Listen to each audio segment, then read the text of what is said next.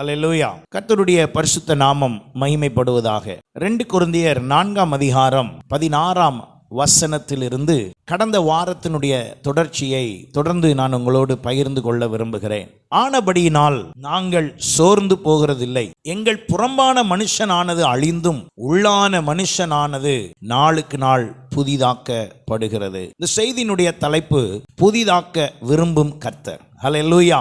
நம்ம எல்லாரையுமே ஆண்டவர் புதிதாக்கத்தான் விரும்புகிறார். ஏன் புதிதாக்க வேண்டும் என்றால், நாம் அவருடையவர்களாய் இருந்தோம், இப்பொழுது பாவத்தின் நிமித்தம் நாம் எல்லாரும் இப்ப என்ன ஆயிட்டோம்னா பழசாயிட்டோம். வேற ஏதோ நம்மள்ட்ட வந்துருச்சு, வேற ஏதோ ஒரு சிச்சுவேஷன் நம்மள்ட்ட இருக்கு, வேற ஏதோ ஒரு சூழ்நிலை நம்மள்ட்ட இருக்கு, வேற ஏதோ ஒரு விதமான காரியங்கள் நமக்குள்ளே வந்து விட்டது. ஆகையினாலே ஆண்டவர் விரும்புகிறது என்னவென்றால், அதிலேயே இருக்கக்கூடாது, நீ புதிதாக்கப்பட வேண்டும். ஹல்லேலூயா. அப்போ நம்மை ஆண்டவராகி இயேசு கிறிஸ்து அவருடைய இரத்தத்தினால் மீட்டு நம்மை ரட்சித்தார் என்பதே புதிதாக்க தான். நம்ம என்ன புதிதாக்க.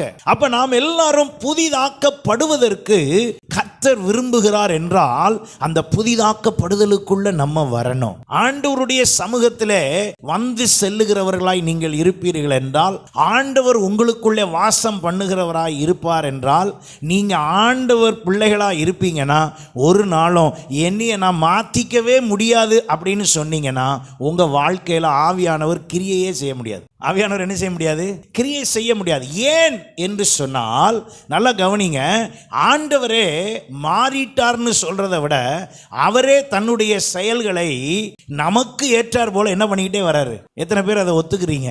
ஆமா. மோசேட்ட பேசும்போது எப்படி இருந்தார், ஆபிரகாமிடத்தில் பேசும்போது எப்படி இருந்தார், தேவாலயத்திலே ஆவியானவர் ஒரு மனுஷனை கொண்டு, நல்லா விளங்குங்க, ஒரு ஆவியானவர் ஒரு மனுஷனை கொண்டு ஒரு ஸ்தலத்துல தான் அவர் பேசுவார். ஆனா இப்ப எப்படி? ஒரு ஆவியானவர் எல்லாருக்குள்ளும். ஆமே. இப்ப என்ன வந்திருக்குது? அவரே என்ன பண்ணியிருக்காரு? இப்போ இல்ல நான் இப்படி இருந்தா சரி வராது, என்னுடைய மக்களை நான் என் பிள்ளைகளோடு இணைய வேண்டும், அவர்களுக்குள்ளே வாசம் பண்ண வேண்டும், ஆகையினாலே நான் இந்த முறையை நான் மாற்றுகிறேன் என்று சொல்லி அவர் தன் குமாரனை அனுப்பி, ஹல்லேலூயா, தம் குமாரனாகிய இயேசு கிறிஸ்துவை அனுப்பி எல்லாத்தையும் மாத்திட்டார். இப்ப என்ன முறை கிடையாது, இப்போ பழைய ஏற்பாட்டின் முறையிலே உள்ள பலி செலுத்துதல் இல்லை. ஹல்லேலூயா. பழைய ஏற்பாட்டின் முறைப்படி நீங்களும் நானும் எங்கேயோ நிற்க வேண்டியதில்லை, அவர் சமூகத்திலே. ஹல்லேலூயா. இப்போ அந்த நாளிலே மகா பரிசுத்த ஸ்தலம் என்று ஒன்று இருந்தது போல இப்போ மகா பரிசுத்த ஸ்தலமே இல்ல. எல்லா இடமும் கர்த்தருக்கு பரிசுத்தமான இடம். ஹல்லேலூயா. சத்தமா தான் சொல்லுங்களேன். ஹல்லேலூயா. அப்ப ஆண்டவர் நம்மளை எல்லாரையுமே ஒரு புதுசாக்க விரும்புகிறார். பழைய வாழ்வு, பழைய நிலை, பழைய சிந்தை வேண்டாம். போன வாரம் இருந்த சிந்தை இன்னைக்கு வேண்டான்னு சொல்றார். ஏன்?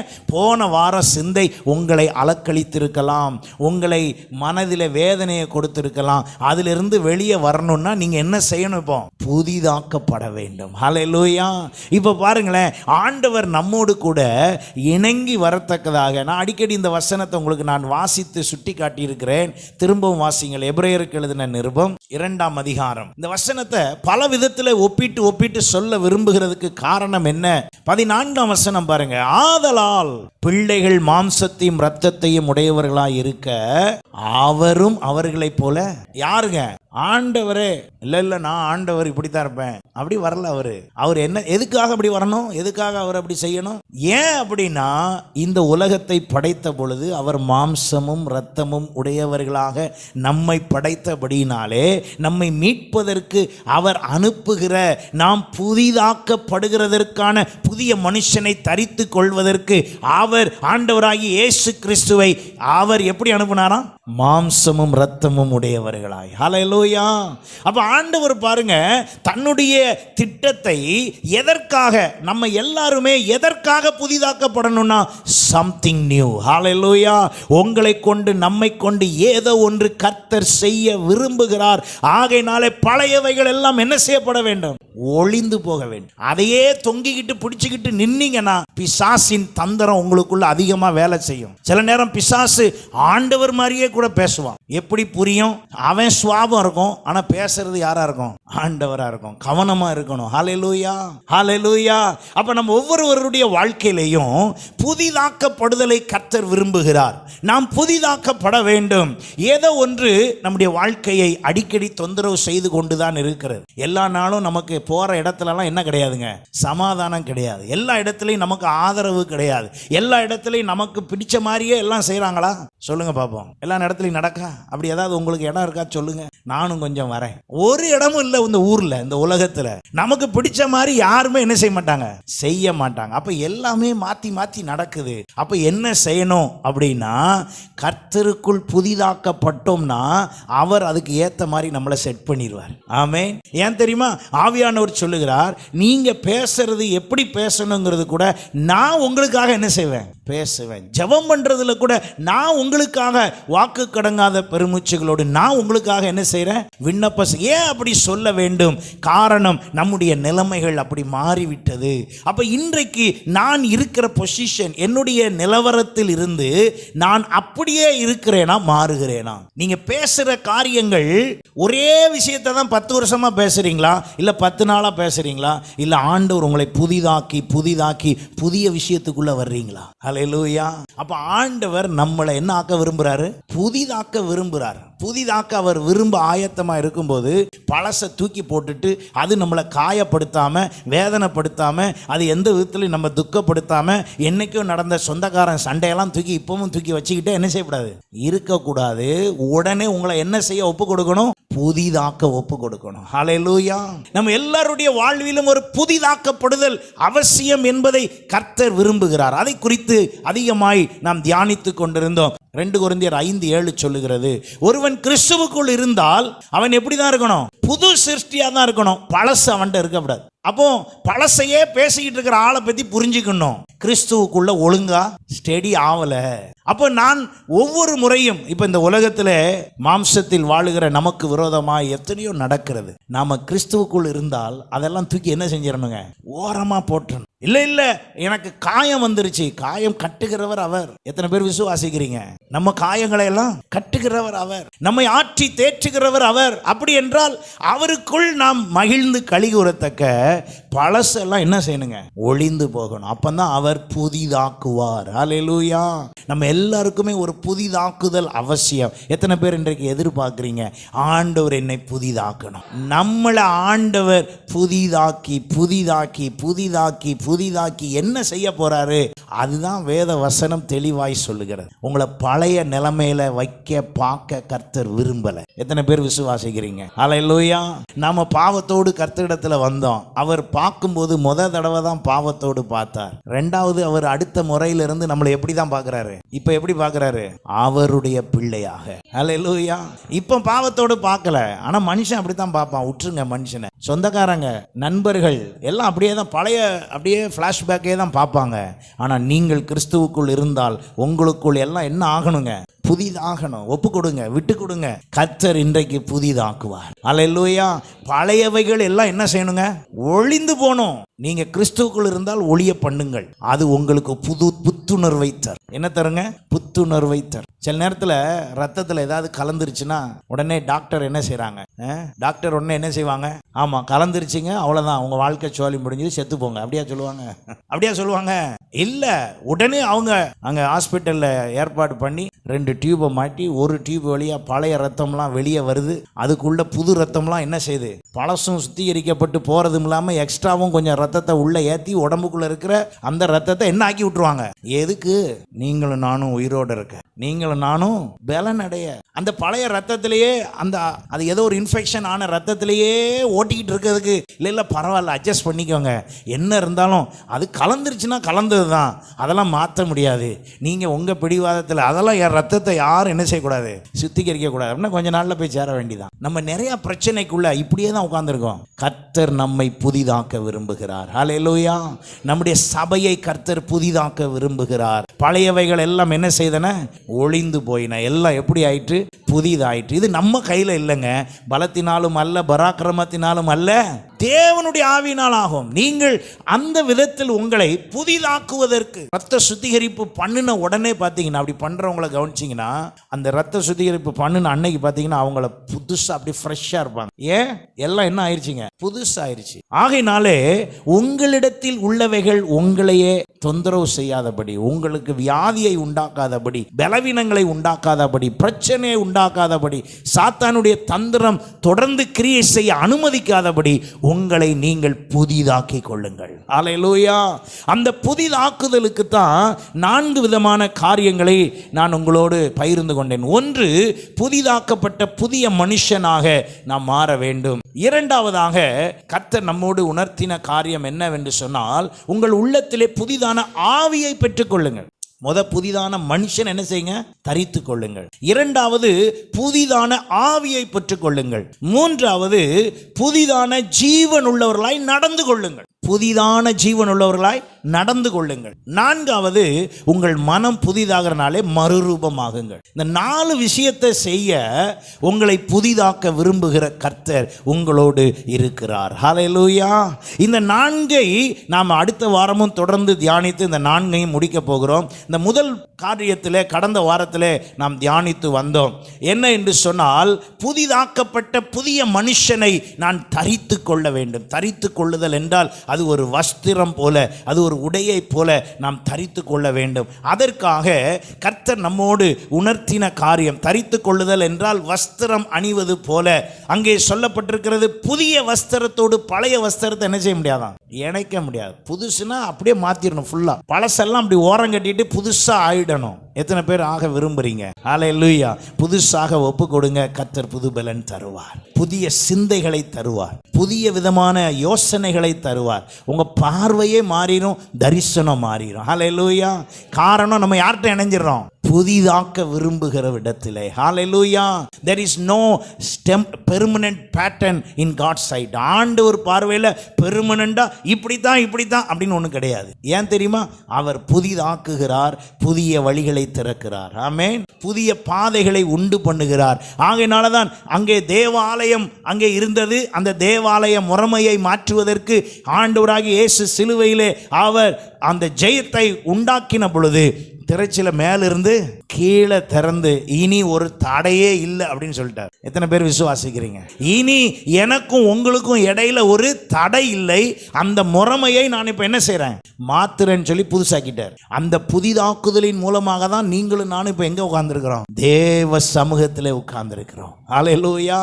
கர்த்தருடைய சமூகத்திலே அவர் வாசம் பண்ணுகிற இடத்திலே அவர் நமக்குள் வாசம் பண்ணி, நாம் 2-3 பேர் ஒருமனப்படுகிற இடத்திலே நம்மோடு கூட இருக்கிறவராய் அவர் இருக்கிறார். ஹல்லேலூயா.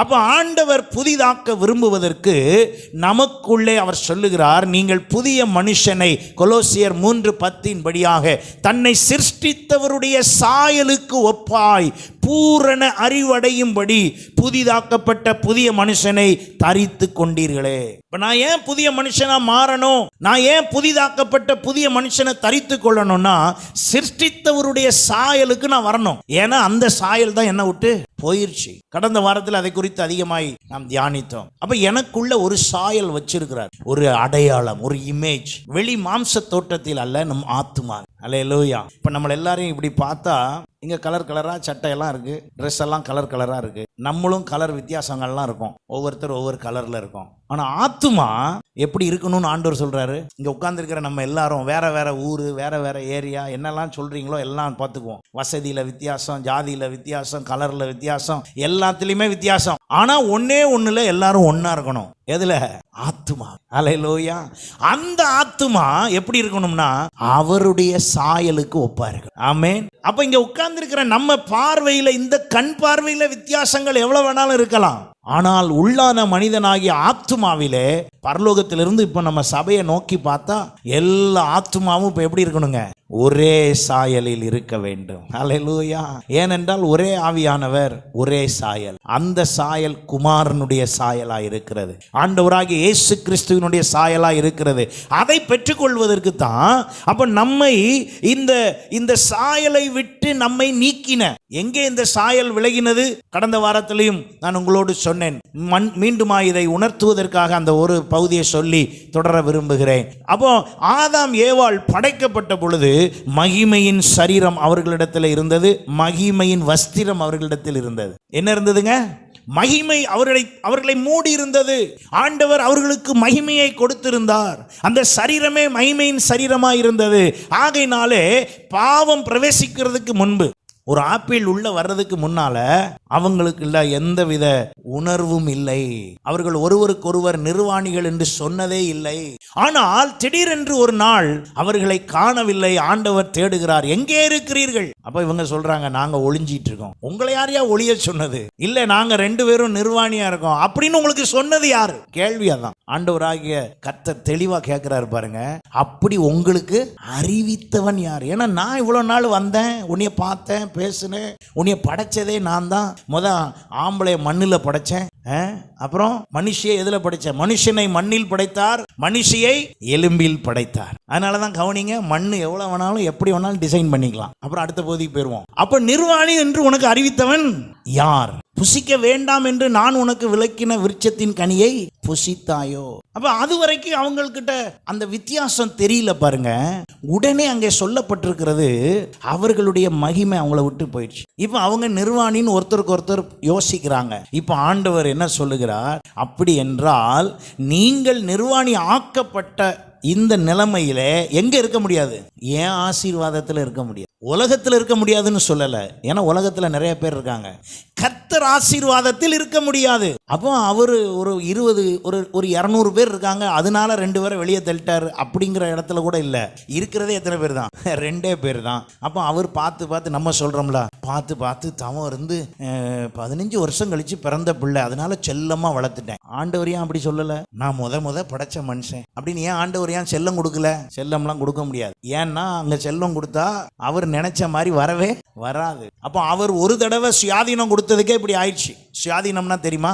சுயாதீனம்னா என்னது? உன் விருப்பத்துக்கு முடிவு எடுத்து எல்லாத்தையும் செஞ்சுக்கோ. இப்பவும் நமக்கு அந்த சுயாதீனம் இருக்கு. கிடைச்ச சுயாதீனத்தை ஒழுங்கா பயன்படுத்தணும். தப்பா கையாண்டா சில இதெல்லாம் கிடைக்காது. கொடுத்த வாய்ப்பு, அந்த சுயாதீனத்தை என்ன செய்யணுங்க? கவனமா பயன்படுத்தணும். இல்லைன்னா அவ்வளவுதான், தூக்கி வெளியே தூக்கி வச்சிருவார் ஆண்டவர். ஏன் வைக்கணும்? அவ்வளவுதான். அந்த இடத்துல என்னுடைய ஆசீர்வாதத்துக்குள்ள இந்த விதத்தில் அங்க என்ன செய்யக்கூடாது? இருக்கக்கூடாது. அப்படிப்பட்ட நம்மை நாமும் பாவத்தின் நிமித்தமாக என்ன ஆக்கப்பட்டோம்? நிர்வாணிகள் ஆக்கப்பட்டோம். ஆனால் ஆண்டவர் இப்பொழுது நம்மை அவருடைய இரத்தத்தினால் என்ன செய்கிறார்? ரட்சிக்கிறார். அப்ப இந்த ஜீவ விருட்சத்தின் கனியை இவங்க புசிச்சிட்டாங்க, அதனால அப்படியே விட்டுருவாரு அப்படின்னு இருக்கா? இல்ல. வெளிப்படுத்தல் 22ஆம் அதிகாரம் 14ஆம் வசனம் பாருங்க. ஏன் இப்ப என்னை ஆண்டவர் புதிதாக்க விரும்புகிறார்? ஏனென்றால் ஜீவ விருட்சத்தின் மேல் அதிகாரம் உடையவர்கள் ஆவதற்கு, ஹல்லேலூயா, வாசல் வழியாய் நகரத்துக்குள் பிரவேசிப்பதற்கு அவருடைய கற்பனைகளின்படி செய்கிறவர்கள் பாக்கியவான். இப்ப என்னை எதுக்கு ஆண்டவர் திடீர்னு இப்படி மாத்தணும், புதுசாக்கணும், அப்படியே விட்டுற வேண்டியதானே? அப்படின்னா விட முடியாது. ஏன்னா அந்த ஜீவ விருட்சத்தின் அதிகாரம் பாவத்தின் நிமித்தம் இழக்கப்பட்டது. இப்பொழுது கர்த்தர் தம்முடைய பரிசுத்தத்தையும் தம்முடைய சாயலையும் தந்து திரும்பவும் எந்த அதிகாரத்தை கொடுக்கிறாரு? இதே ஜீவ விருட்சத்தின் கனியை ஏன் திரும்ப தரணும்? ஏனென்றால் சாத்தானுடைய தந்திரம் சொல்லுகிறது, நான் மனுஷனை வீழ்த்தி விட்டேன் என்று சொல்லி. இப்பொழுது கர்த்தர் சொல்லுகிறார், அதே மனுஷனை வைத்து நீ வீழ்த்தின அதே அந்த ஜீவ விருட்சத்தின் கனியை திரும்பவும் கொடுத்து அந்த மனுஷனை நான் என் சாயலில் நிலைநிறுத்தினேன் என்று கர்த்தர் சொல்லுகிறார். ஹல்லேலூயா. இப்போ இடையில நம்ம ஒழுங்கா பாதையில போயிட்டோம்னா நம்மளை வச்சு ஆண்டவர் சாத்தானுக்கு சவால் கொடுப்பார். இல்லைன்னா அவன் கூட அனுப்பிடுவார். எப்படிங்க? 2 டீல் தான். ஒன்று, நம்மளை வச்சு சாத்தானுக்கு என்ன கொடுப்பார்? சவால் கொடுப்பார். இல்லைன்னா அவன் கூட, சரி நீ அவன் கூட போ அப்படின்னு அனுப்பிடுவார். நம்ம யார் கூட போகணும்? நம்ம கர்த்தரோடு இருக்கணும். ஹல்லேலூயா. நம்ம அவங்க கூட போற மாதிரி ஆயிடக்கூடாது. அவங்க கூட போறதா இருந்தா நீங்க சொல்லுங்க, நான் என்னைய மாத்திக்கவே மாட்டேன், நான் இப்படித்தான், கம்பி மாதிரி நில்லுங்க அப்படியே. ஆனா கர்த்தரோடு இருக்கணும்னா கர்த்தர் கர்த்தர் சொல்லுகிறபடியெல்லாம். எத்தனை தடவை சொல்றாரோ அத்தனை தடவை. மன்னிப்பையே எத்தனை தடவை சொல்றாரு? ஒரு தடவை மன்னிச்சுட்டேங்க, முடியாது, மன்னிச்சு இன்னும் பிரச்சனை சரியாகல, அப்ப என்ன செய்? 70 தடவை மன்னி. ஏன் அப்படி சொல்லணும்? ஏன்னா அவர் அப்படி செய்கிறார், ஆகையினாலே நாமும் அப்படி செய்ய வேண்டும். ஒரு ஆமேன் சொல்லுங்களேன். அவர் சுபாவம் தானே நம்மள்ட்ட வரணும், அவரை போல தானே நம்ம இருக்கணும், அவரை போல தான் மாறணும். இங்க நீங்க மாம்சீக மனுஷனுடைய உணர்வுகளுக்கெல்லாம் என்ன செய்யக்கூடாது? முக்கியத்துவம் கொடுத்தீங்கன்னா சாத்தானுக்கு தெரியும், இந்த ஆளை கரெக்டா கவர் பண்ணிடலாம் அப்படின்னு அவன் ஈஸியா உங்களை ட்ராக் பண்ணிக்கிட்டே போயிடுவான். உங்களை அறியாமலே நீங்க தேவனை விட்டு தூரம் போகிற நிலைமை வந்து விடும். ஹல்லேலூயா. ஆகையினாலே கர்த்தர் நம்மை புதிதாக்குவதற்கு அவர் என்ன செய்கிறாராம் பாருங்க. பாவத்தின் நிமித்தம் நிர்வாணம் ஆக்கப்பட்ட அதே நிலைமையில விடாமல் நம்மை முதலாக அவருடைய இரத்தத்தினால் நம்மை சுத்திகரித்து, ஏசாயா 61:10 பாருங்க. அங்கே எனக்கு அவர் இரட்சிப்பின் வஸ்திரத்தை உடுத்துகிறார். ஹல்லேலூயா. அங்கே சொல்லப்பட்டிருக்கிறது, கர்த்தருக்குள் பூரிப்பாய் மகிழ்கிறேன், என் தேவனுக்குள் என் ஆத்துமா களி கூறுகிறது. அப்படி சொல்லிட்டு சொல்றாரு ஏசாயா 61:10, மணவாளன் ஆபரணங்களினால் தன்னை அலங்கரித்துக் கொள்கிறதற்கும் மணவாட்டி நகைகளினால் தன்னை சிங்காரித்துக் கொள்கிறதற்கும் ஒப்பாக. ஹல்லேலூயா. இன்றைக்கும் அநேகர் ஆண்டவருக்காக ரட்சிக்கப்பட்டவங்க நிறைய பேர் நகையை கலட்டி நகை இல்லாமல் இருக்காங்கன்னா, நீங்க ஏதோ அவங்க ஏதோ இந்த சர்ச்சைக்கு இல்லைங்க. இந்த அடிப்படையில் தான். என்ன அடிப்படையில்? இந்த நகையெல்லாம் விட இதெல்லாம் விட எது பெருசு? ரட்சிப்பு பெருசு அப்படிங்கிற ஒரு நம்பிக்கையின் அடிப்படையில் தான் சில பேர் என்ன பண்ணிடுவாங்க, எல்லாத்தையும் கழட்டு, இதெல்லாம் ஒரு பெரிய விஷயமே இல்லை, கர்த்தர் பார்வையில் நகையை விட சிங்காரிப்பை விட எது பெருசு? சத்தமா சொல்லுங்க. ரட்சிப்பு பெருசு அப்படின்னு சொல்லி தான் சிலர் இப்படிப்பட்ட பொருத்தனைக்குள்ள வர்றாங்க. கட்டாயம் அல்ல. என்னதுங்க அது? பொருத்தனை. சபை கட்டாயம் அல்ல, ஸ்தாபன கட்டாயம் அல்ல. இது பேர் என்னதுங்க? பொருத்தனை. ஏன் செய்யணும்? காரணம், இந்த உலகத்திலே மதிக்கிற அதை விட ரட்சிப்பு பெரியது. ஏன் தரணும்? ஏனென்றால் நான் நிர்வாணமாக்கப்பட்டு விட்டேன், அந்த சாயலை இழந்து விட்டேன். ஆகையினாலே புதிதாக்கப்பட்ட புதிய மனுஷன் எனக்கு இப்ப என்ன செய்யப்படுகிறார்? தரிக்கப்படுகிறார். எதன் மூலமாக? முதலாவதாக ரட்சிப்பின் வஸ்திரத்தின் மூலமாக. ஹல்லேலூயா. அப்போ ஒரு மணவாளன் சாதாரணமான உடையில் வரமாட்டார். மணவாளன் சாதாரணமான உடையில வரமாட்டார். நம்மளே கல்யாண வீட்டுக்கு போனா சாதாரணமா போறோமா என்ன? சில நேரம் நம்ம சபை விசுவாசிகளே கல்யாண வீட்டுக்கு கிளம்புனாங்கன்னா எனக்கே அடையாளம் தெரிய மாட்டேங்குது. அப்படின்னா பார்த்துக்கங்க. மேக்கப் மட்டும் இல்லை, எல்லாம் நகைகள்லாம் அள்ளி போட்டு அங்கே பார்த்தா அப்படி ஜகு ஜகுன்னு இருக்கு. ஏன்? அட்டன் பண்ண போறாலே அவ்வளவு வேகமாக போகுது, அவ்வளவு ஜொலிப்பா போறாங்க. அப்போ மேடையில் நிற்கிறாள் எப்படி இருக்கணும்? அப்போ ஆண்டவர் இந்த ரட்சிப்பின் வஸ்திரத்தை எப்படி ஒப்பிடுறாரு? ஒரு மணவாளன் ஆபரணங்களினால் தன்னை அலங்கரித்து கொள்ளுகிறது போல மணவாட்டி நகைகளினால் தன்னை சிங்காரித்துக் கொள்வதற்கு ஒப்பாக ஆண்டவர் என்னை பாவத்தில் விழத்தள்ளி என்னிடத்தில் இருந்த மகிமையை எடுத்து என்னை நிர்வாணமாக்கின அந்த சிருஷ்டித்தவருடைய சாயலை என்னை விட்டு அகற்றின அந்த சாத்தானின் தந்திரத்தை முறிக்கும்படியாக அந்த சிலுவையில் வெற்றி சிறந்த அந்த வெற்றியின் மூலமாக அவர் எனக்கு எதை கொடுத்துட்டாரு? ரட்சிப்பின் வஸ்திரத்தை தந்தார். ஹல்லேலூயா. இந்த ரட்சிப்பின் வஸ்திரம் எனக்கு உடுத்தப்பட்டபடினாலே அவர் என்னை அனுதினமும் வழி நடத்துவது ஏதுவாயிருக்கிறது. 61 ஏசாயா 61:3 கவனிங்க. அங்கே சொல்லப்பட்டிருக்கிறது, சீயோனிலே துயரப்படுகிறவர்களை சீர்படுத்தவும் அவர்களுக்கு சாம்பலுக்கு பதிலாக சிங்காரத்தையும் துயரத்துக்கு பதிலாக ஆனந்த தைலத்தையும் ஒடுங்கின ஆவிக்கு பதிலாக துதியின் உடையை கொடுக்கவும் அவர் என்னை அனுப்பினார். இரண்டாவதாக அந்த சாயலில் என்னை நிலைத்திருக்க பண்ண அந்த புதிதாக்கப்பட்ட புதிய மனுஷனை நான் தரித்திருக்கபடியாக அவர் அந்த சிருஷ்டித்தவருடைய சாயலுக்கு ஒப்பாய் என்னை மாற்றுவதற்கு இரண்டாவதாக என்னிடத்தில் அவர் என்ன தருகிறார்? துதியின் உடையை. ஹல்லேலூயா. துதியின் வஸ்திரத்தை எனக்கு தருகிறார். எதற்காக? ஏனென்றால் நான் வேறு விஷயங்களை பேசிக்கொண்டும் உலகத்தை பேசிக்கொண்டும் உலகத்தை பார்த்து கொண்டும் வேறு என்ன செய்வது, டைம் பாஸ் பண்ண முடியல, எனக்கு நேரமே போக மாட்டுக்கு அப்படின்னு சொல்லி புலம்பாதபடி எதை கொடுத்துட்டாரு? துதியின் வஸ்திரத்தை. இந்த துதியின் வஸ்திரம் உள்ள வந்த உடனே இப்ப என்ன செய்யப்படணும்? துதியின் சத்தம் நம்மிடத்தில் எழுப்பப்பட வேண்டும். ஹல்லேலூயா. முணுமுணுன்னு இருந்தா எங்கேயாவது டிஸ்டர்ப் வருமா? மைண்ட் டைவர்ட் ஆகுமா?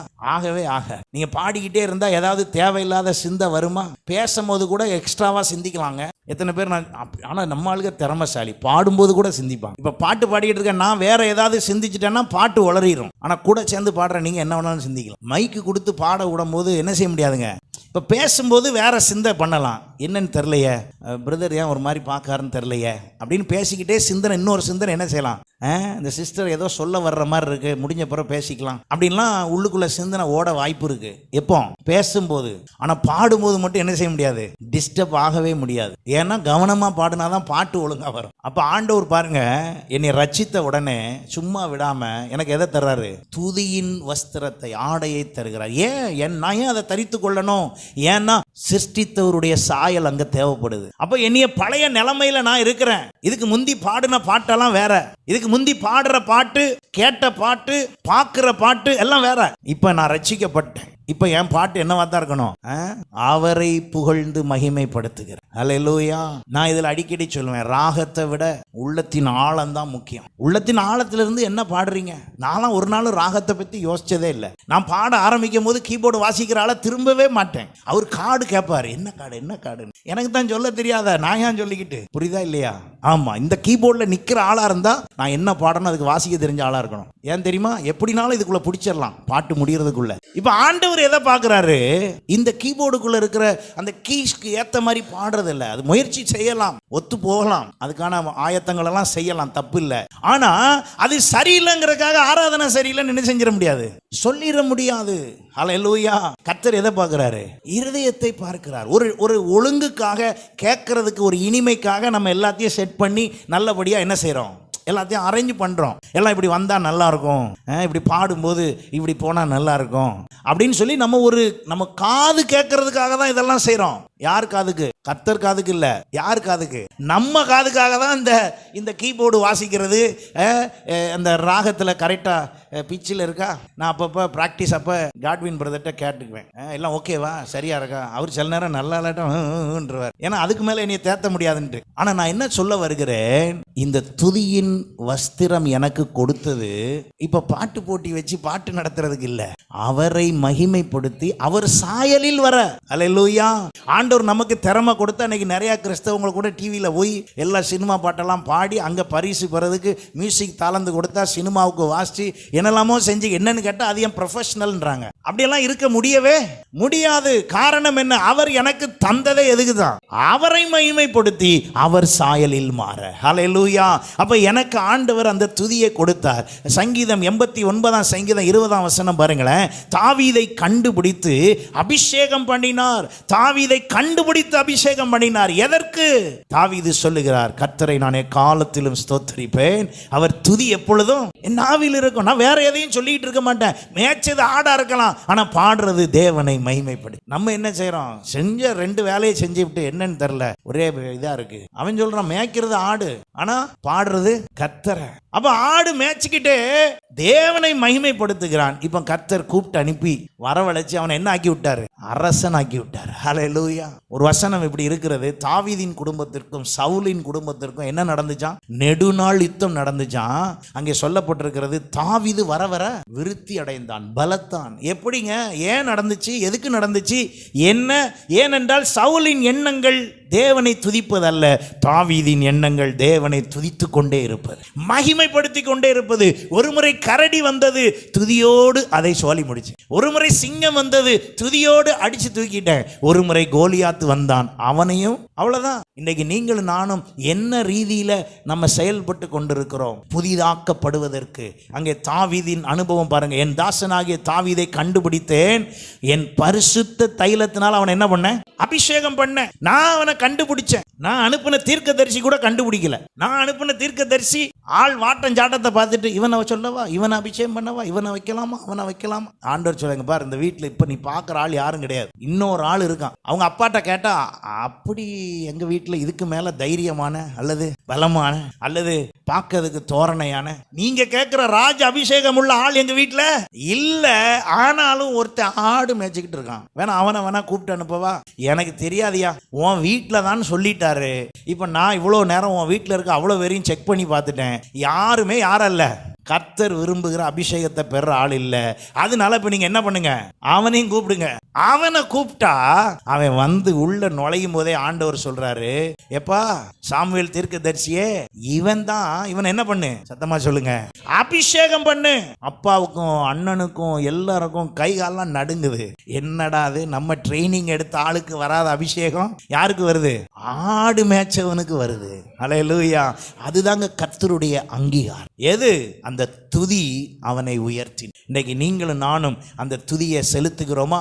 தாவீது சொல்லுகிறார், எனக்கு ஆலோசனை தந்த கர்த்தரை நான் துதிப்பேன், ராக்காலங்களில் என் உள்ளந்திரியங்கள் என்னை உணர்த்தும் என்று அவர் சொல்லுகிறார். 63ஆம் சங்கீதம் 4ஆம் வசனத்தில் சொல்லுகிறார், என் ஜீவனுள்ள மட்டும் நான் உம்மை துதிப்பேன், உமது நாமத்தை சொல்லி கையெடுப்பேன். ஹல்லேலூயா. அவர் சங்கீதம் எழுதி முடிக்கும் போது 150ஆம் சங்கீதம் 6ஆம் வசனம் கடைசி வசனத்தில் அவர் முடிக்கும் போது, சுவாசமுள்ள யாவும் கர்த்தரை அப்படின்னு சொல்லி முடிச்சிட்டார். ஏன் தெரியுமா? அவருக்குள்ளே அந்த துதி இருந்தது. பவுலும் சீலாவும் அப்போஸ்தலர் 16ஆம் அதிகாரம் 25 26 வசனங்களிலே பாருங்கள். பவுலும் சீலாவும் நடுராத்திரியிலே அவர்கள் என்ன செய்தார்களாம்? ஜெபம் பண்ணி தேவனை துதித்தார். துதித்த பொழுது அங்கே சொல்லப்பட்டிருக்கிறது, சடுதியிலே சிறைச்சாலையின் அஸ்திபாரங்கள் அசையும்படியாக பூமி மிகவும் என்ன செய்தது? அதிர்ந்தது. உடனே கதவுகள் எல்லாம் திறவுண்டது, எல்லா கட்டுகளும் கலண்டு போயிற்று. அவர்கள் உள்ளே இருந்து கர்த்தரை மகிமைப்படுத்தினார்கள். ஹல்லேலூயா. நாம சின்ன சின்னதா வர்ற பிரச்சனையெல்லாம் வச்சுக்கிட்டு பெருசா யோசிக்காம கர்த்தரை துதிக்கிற துதியிலே நிலைத்திருப்போம். ஹல்லேலூயா. கர்த்தர் நமக்கு துதியின் வஸ்திரத்தை நமக்கு தந்திருக்கிறார். அதிலே நாம் பலப்படுவோம், அதிலே உறுதியாவோம். கர்த்தர் நம்ம ஒவ்வொருவரையும் நடத்துவாராக. அப்போ ஆண்டவருடைய விருப்பம் பாருங்க, நீங்கள் புதிதாக்கப்படும்படி புதிய மனுஷன் என்ன செய்து கொள்ளுங்கள்? தரித்து கொள்ளுங்கள். அந்த புதிய மனுஷன் மூலமாக ரட்சிப்பின் வஸ்திரம் வருகிறது. புதிய மனுஷன் மூலமாக உங்களுக்கு அங்கே ஒரு துதியின் வஸ்திரம் வருகிறது.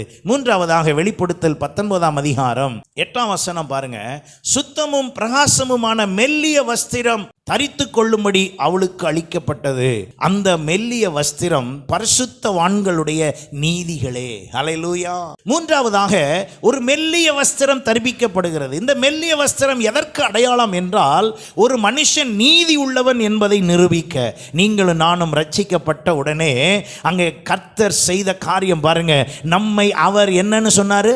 நீதிமான் என்றார். நீதியின் வஸ்திரத்தை உடுத்தி விட்டார். அப்ப புதிதாக்கப்பட்ட புதிய மனுஷனை நான் தரித்து கொள்ளும் போது, அந்த தரித்து கொள்ளப்பட்ட அந்த புதிய மனுஷன் எனக்குள்ளே வரும்போது ரட்சிப்பின் வஸ்திரம் வருகிறது. அது எதற்கு? நான் இனியும் பாவி இல்லை, நான் நிர்வாணத்தில் இல்லை. கர்த்தர் என்னை, என் பாவங்களை எல்லாம் மூடினார். என் பாவத்தெல்லாம் என்ன பண்ணிட்டாரு?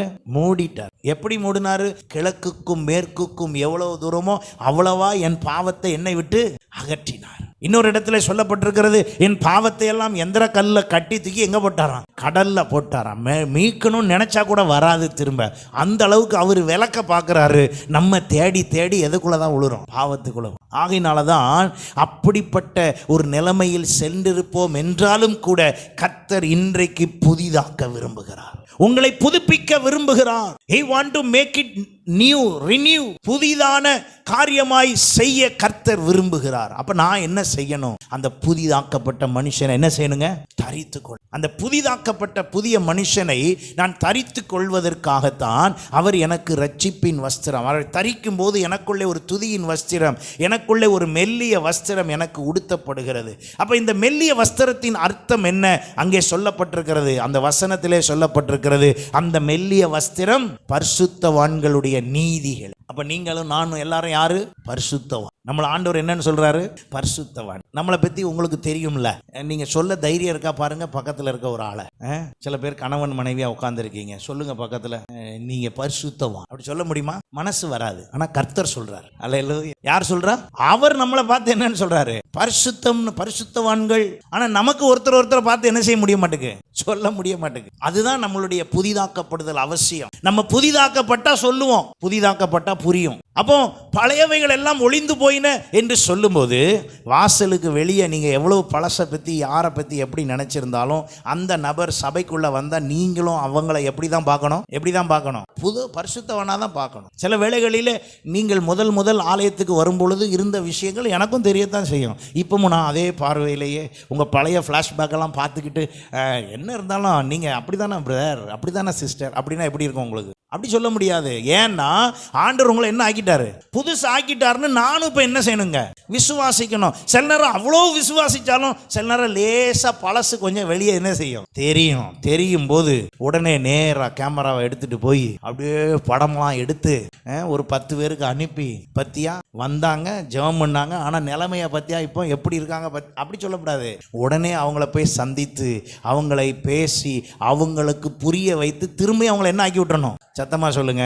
அவ்வளவுதான். சபையில நம்ம எல்லாருடைய வேலை அதான். என்ன ஆக்கி விட்டுக்கிட்டே இருக்கணும்? புதிதாக்கிக்கிட்டே இருக்கணும். ஒரு ஆமேன் சொல்லுங்களேன். ஏன்னா பழசு சில நேரம் வரும், வராமலாம் இருக்காது, வருது. அப்ப என்ன செய்யறது? அப்போ பழச உடனே புதிதாக்குவதற்கு புதிதாக்குகிற பரிசுத்த தேவனிடத்திலே ஹல்லேலூயா நாம் அவரை அடைந்து புதிதாக்கி கொண்டோம் என்றால் கர்த்தர் பழையவைகள் எல்லாம் ஒளிந்து போக உதவி செய்வார். ஹல்லேலூயா. அப்போ அந்த அனுபவத்தை புரிஞ்சு கொள்ளணும். கவனிங்க, புதிய ஏற்பாட்டின் அனுபவத்திலே முக்கியமானதே என்னதுன்னா புதிதாக்கப்படுதல் தான். முக்கியமானதே என்னதுதான்? புதிதாக்கப்படுதல் தான். அப்ப நல்லா கவனிங்க. இந்த மெல்லிய வஸ்திரத்தை எனக்கு கொடுத்து என்னை அவர் என்ன சொல்லுகிறார்? நான் நீதியில் இருக்கிறேன். யோசேப்பினுடைய அனுபவத்தை குறித்து வேதத்திலே வாசிக்கலாம். யோசேப்பு தேவனுக்கு விரோதமாய் பாவம் செய்வது எப்படி என்று கேட்ட மனுஷன். தேவனுக்கு விரோதமாய் பாவம் செய்வது எப்படி? அவன் பரிசுத்தவான், நீதிமான். அப்ப அப்படிப்பட்ட அந்த மனுஷன் வஸ்திரத்தை அவள் கையில் விட்டு வெளியே ஓடினான் என்று 12ஆம் வசனம் சொல்லுகிறது. அப்படி ஒரு சூழ்நிலையில் இருந்த அந்த மனுஷனை தூக்கி இப்ப எங்க போட்டாங்க? ஜெயில தூக்கி போட்டாங்க. இப்ப ஜெயில போட்ட அந்த மனுஷனை இப்பொழுது அங்கே 41ஆம் அதிகாரம், ஆதியாகமம் 41ஆம் அதிகாரம் 42, 43 வசனத்தை பாருங்க. பார்வோன் தன் கையில் போட்டிருந்த தன் முத்திர மோதிரத்தை கழற்றி அதை யோசேப்பின் கையிலே போட்டு அங்க என்ன தரித்தாராம்? மெல்லிய வஸ்திரம் அவனுக்கு என்ன செய்யப்பட்டது? அல்லேலூயா. ஏன் உடுத்தணும்? ஏன் அவனுக்கு ஏன் மெல்லிய வஸ்திரம் உடுத்தணும்னா, ராஜாங்கத்தில் அதாவது அரசாங்க முறைப்படி சில விஷயங்கள் போட்டிருந்தா அவங்க இவ்வளவு மதிப்புக்குரியவங்கன்னு அர்த்தம். இப்ப இந்த யோசேப்பினுடைய ஹிஸ்டரி பேக்ரவுண்ட் என்னது?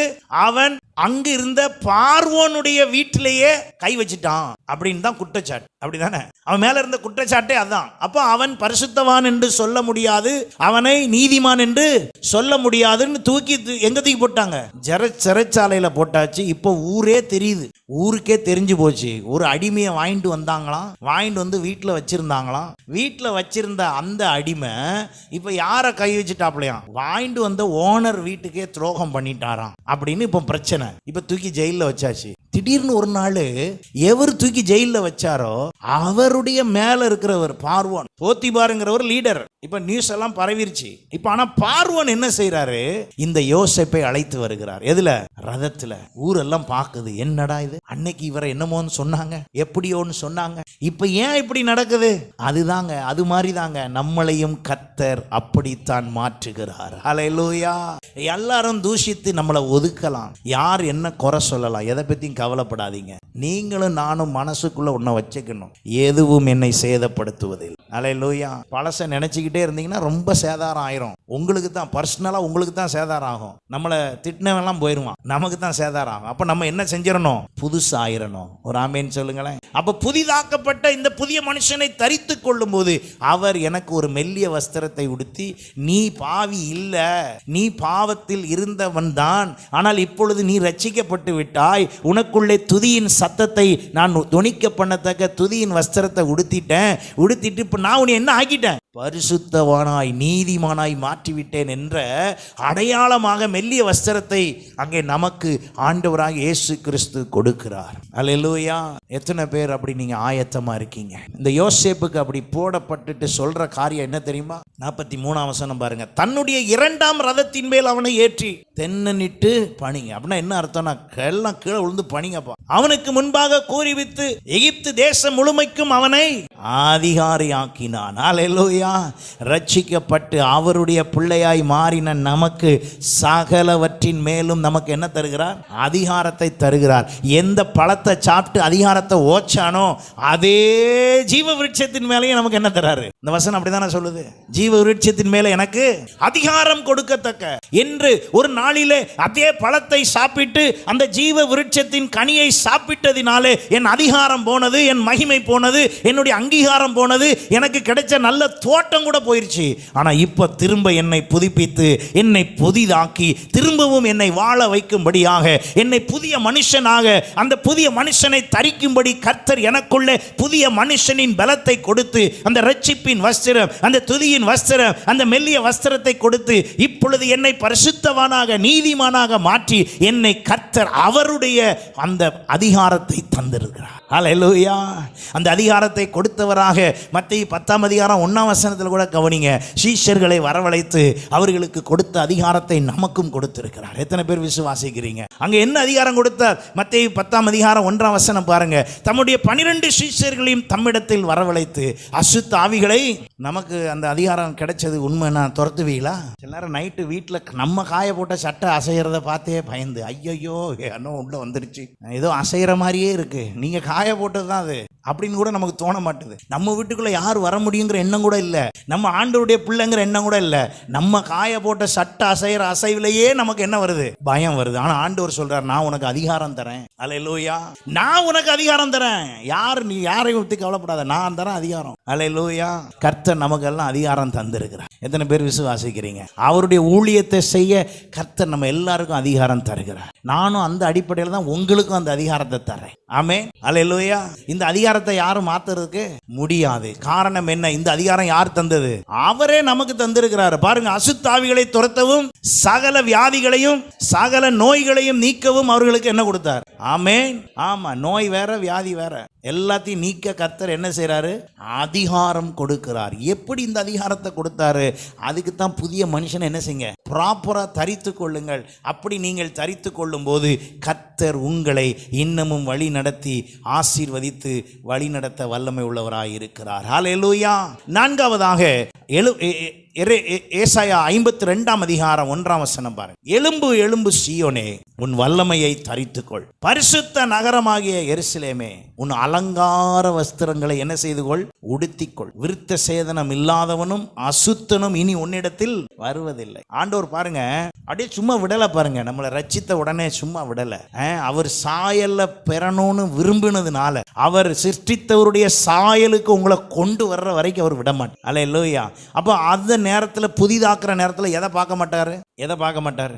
ஆண்டவருக்கு நீங்க ரட்சிக்கப்பட்ட ஒரு பிள்ளையா வந்துட்டீங்கன்னா, இந்த ரட்சிக்கப்பட்ட நாள்ல இருந்து அவர் எதை பார்க்கறது இல்ல? சத்தமா சொல்லுங்க.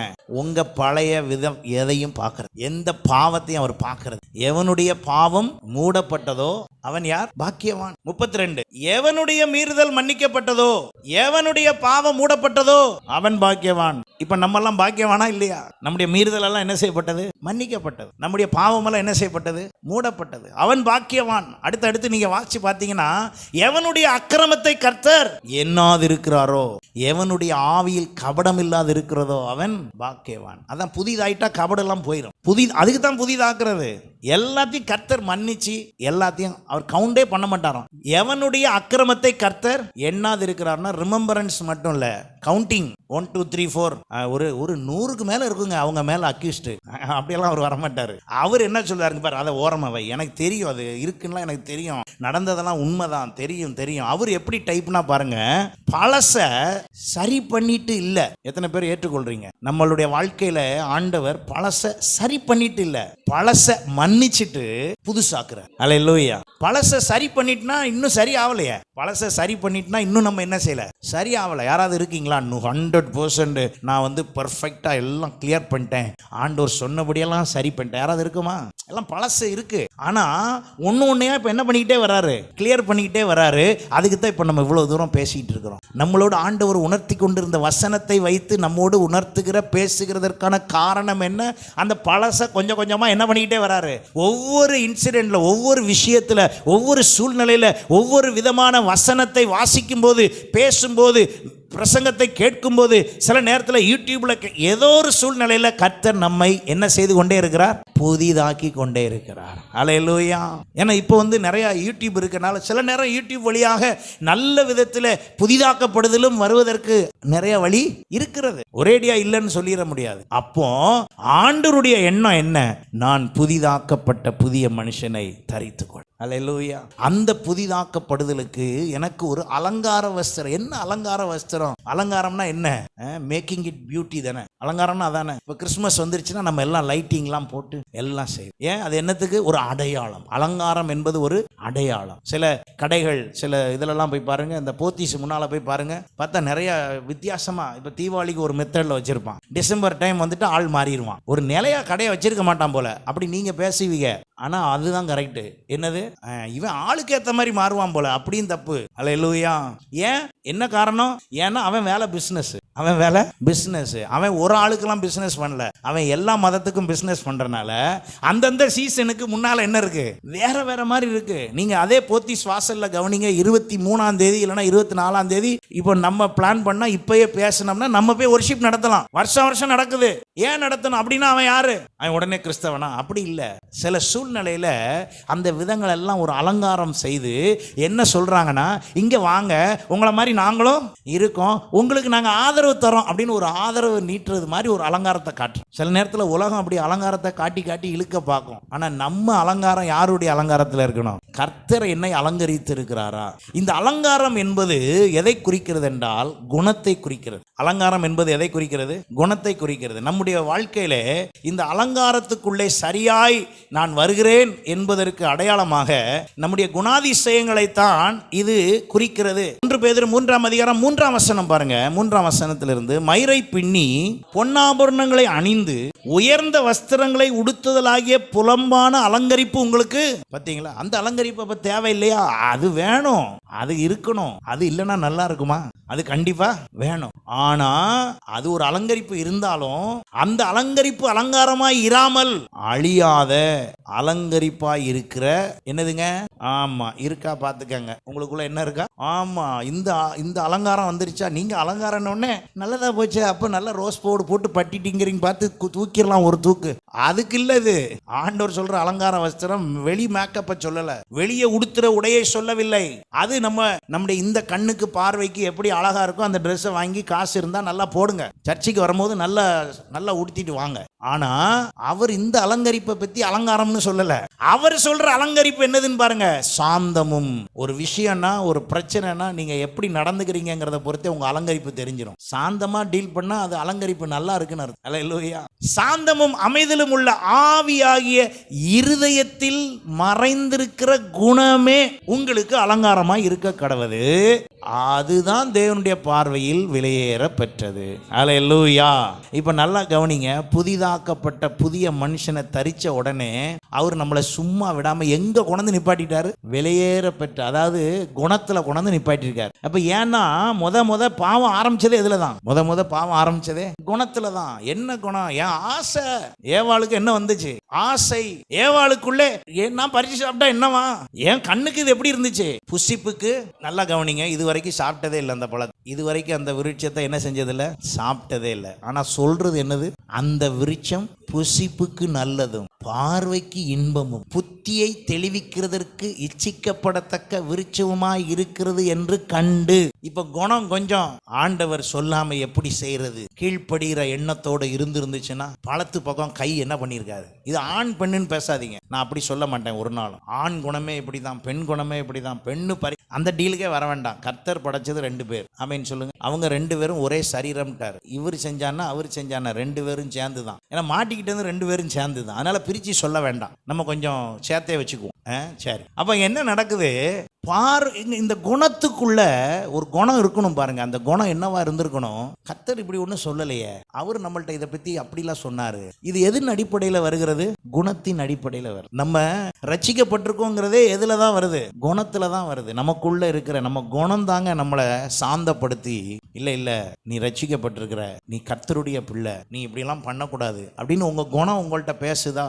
குணம்னு ஒரு வார்த்தையில போட்டிருக்குது. ஆனா அந்த குணம் உங்கள்கிட்ட பேசுதா பாருங்க. உங்க குணம் உங்களை சீர்படுத்தி கொண்டு வருதா? உங்க குணம் உங்களுக்கு நன்மையை கொண்டு வருதா? உங்க குணம் உங்களுக்கு ஆசீர்வாதத்தை கொண்டு வருதா? பெருக்கத்தை கொண்டு வருதா? உங்க குணம் சந்தோஷத்தை கொண்டு வருதா? உங்க குணம் உங்களுக்குள்ள சமாதானத்தை வைக்குதா? உங்க குணத்தின் மூலமா இன்னும் 4 பேருக்கு சந்தோஷம் வருதா? அப்படி வந்தா உங்களுக்குள்ள அலங்கார வஸ்திரம் இருக்கு. இல்லைன்னா இன்னும் ஜோடிக்கையே படல, இன்னும் அலங்காரமே உள்ள என்ன செய்யல, வரல. அப்ப ஆண்டவருடைய எதிர்பார்ப்பு என்ன? அதை தான் 1 பேதுருல வாசிச்சோம். அதை இன்னொருக்கா வாசிங்களேன். 1 பேதுருல 1 பேதுரு 3ஆம் அதிகாரம் 4ஆம் வசனம் பாருங்க. அப்போ 3ஆம் வசனம் சொல்லுகிறது, புறம்பான அலங்கரிப்பு உங்களுக்கு அலங்காரமா இராமல் அதை விட ஒரு பெஸ்ட் அலங்கரிப்பு உங்களுக்கு நான் சொல்லித்தரேன் அப்படிங்கிறது தான் அங்கே சொல்லப்பட்டிருக்கிறது. அழியாத அலங்கரிப்பாய் இருக்கிற சாந்தமும் அமைதலும் உள்ள ஆவியாகிய இருதயத்தில் மறைந்திருக்கிற குணமே உங்களுக்கு.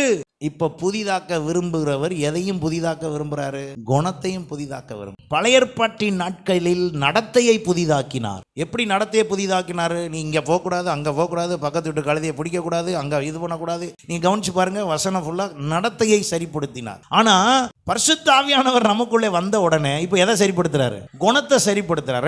ரெண்டுமே அங்க இருக்கு. இப்ப குணம் சரியானா தானா எதுவும் சரியாகும். அவ்வளவுதான்.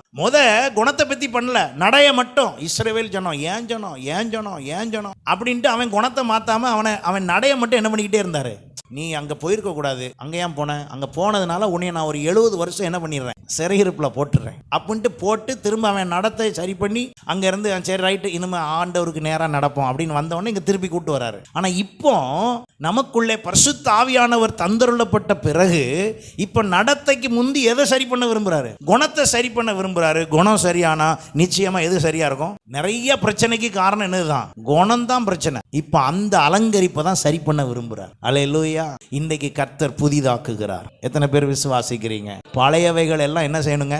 ஒளிந்து போக வேண்டும், எல்லாம் புதிதா. இப்ப அதுக்கு இந்த அலங்கரிப்பு என்று எப்படி இருக்கு? என்கிட்ட என் குணம் தான் பிரச்சனைனா சரியாக வேண்டியது உலகம் இல்லை, ஊர் இல்லை. நான் என் குணத்தை நான் சரி பண்ணாதான் எனக்கு சமாதானம். அல்லேலூயா. முதல்ல என் குணம் சரியானா யாருக்கு சமாதானம்? எனக்கு சமாதானம். என் குணம் சரியானா எனக்கு சுகம். வியாதி கூட எதன் அடிப்படையில் தான் வருது? குணத்தின் அடிப்படையில் தான் வருது. இப்ப ஆண்டவர் சும்மா விட விரும்பல, என்னை அலங்கரிக்க விரும்புகிறார். அதைத்தான் சொல்லுகிறது, உன் அலங்கார வஸ்திரத்தை உடுத்திக்கொள், ஒன்னிய தாக்குறதுக்கு விருத்த சேதனம் இல்லாதவனும் அசுத்தனும் இனி உன்கிட்ட என்ன செய்ய மாட்டான், வரமாட்டான். ஏன்னா இப்போ உன் குணமே மாறி போச்சு. உன் குணம் முந்தி மாதிரி வம்புழுக்கிற குணம் இல்லாதனால வம்பு பண்றவன் வரமாட்டான். இப்ப நீ சாந்தத்துல இருக்க, நீ அமைதல்ல இருக்க.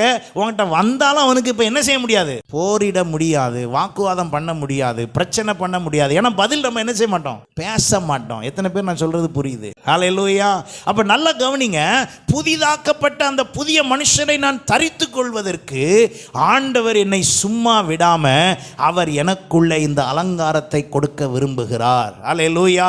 ஒருவேளை நம்மிடத்தில் அந்த அலங்காரத்தில் பிரச்சனை இருந்துச்சுன்னா இன்னைக்கு அதை சரி செய்து கொள். 96ஆம் சங்கீதம் 9ஆம் வசனம் சொல்லுகிறது, பரிசுத்த அலங்காரத்துடனே கர்த்தரை தொழுது கொள்ளு. நம்ம அலங்காரம் எப்படிப்பட்ட அலங்காரமா இருக்கணுமா?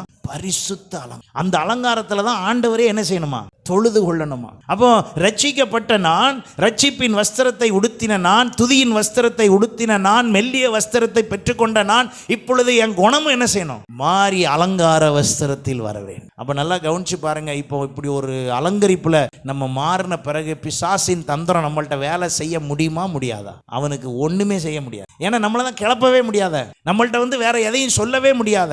நான் நிறைய தடவை அதை சொல்லியிருக்கிறேன். இருவர் சண்டையிட்டு கொண்டு இருக்கும் பொழுது கவனிச்சு பாருங்க, ஒருவர் இன்னொருவரை அடிக்கிறாரு. அடிக்கும் போது அவர் சொல்றாரு, கையில ஏதாவது கிடைச்சதுன்னா எடுத்து அடிச்சனா பாரு அப்படின்னு சண்டையில பேசுறாங்க. நீங்க கவனிச்சு பாருங்க, அந்த பேசின நபர் அடுத்த 5 நிமிஷத்துல எதையாவது வச்சு என்ன பண்ணிடுவாரு? தாக்கிடுவார். தாக்கி முடிச்ச பிறகு, அதாவது உண்மையிலேயே கொல்லணும்னு போய் அடிக்கிறவனுடைய எண்ணத்தை சொல்லல, யதார்த்தமா இருக்கிற 2 பேரை சொல்றேன். கவனிச்சு பாருங்க. அடிச்சு அவன் கீழே விழுந்த பிறகு அடிச்சவனே அவனை பார்த்து, ஏய் சும்மா நான் அடிக்கணும்னு அடிக்கல அப்படி இப்படின்னு சொல்றதை கவனிச்சிருக்கீங்களா?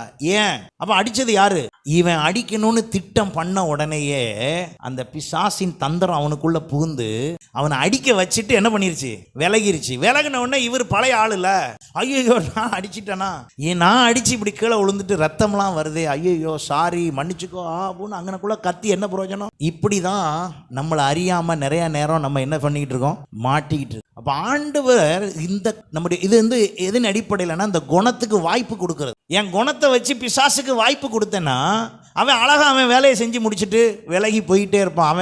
அவன் சில நேரம்லாம் இப்படி வந்துட்டு இப்படி வெளியே போயிடுவான், நமக்கே தெரியாது. அவன் வந்துட்டு போகிற வேகமே தெரியாது. உள்ளேயே இருப்பான்னு நினச்சிடாதீங்க. பிசாசு எல்லா நேரமும் நமக்கு உள்ளேயே அமைஞ்சிக்கிட்டு உள்ளேயே உட்காந்துக்கிட்டு அப்படிலாம் கிடையாது.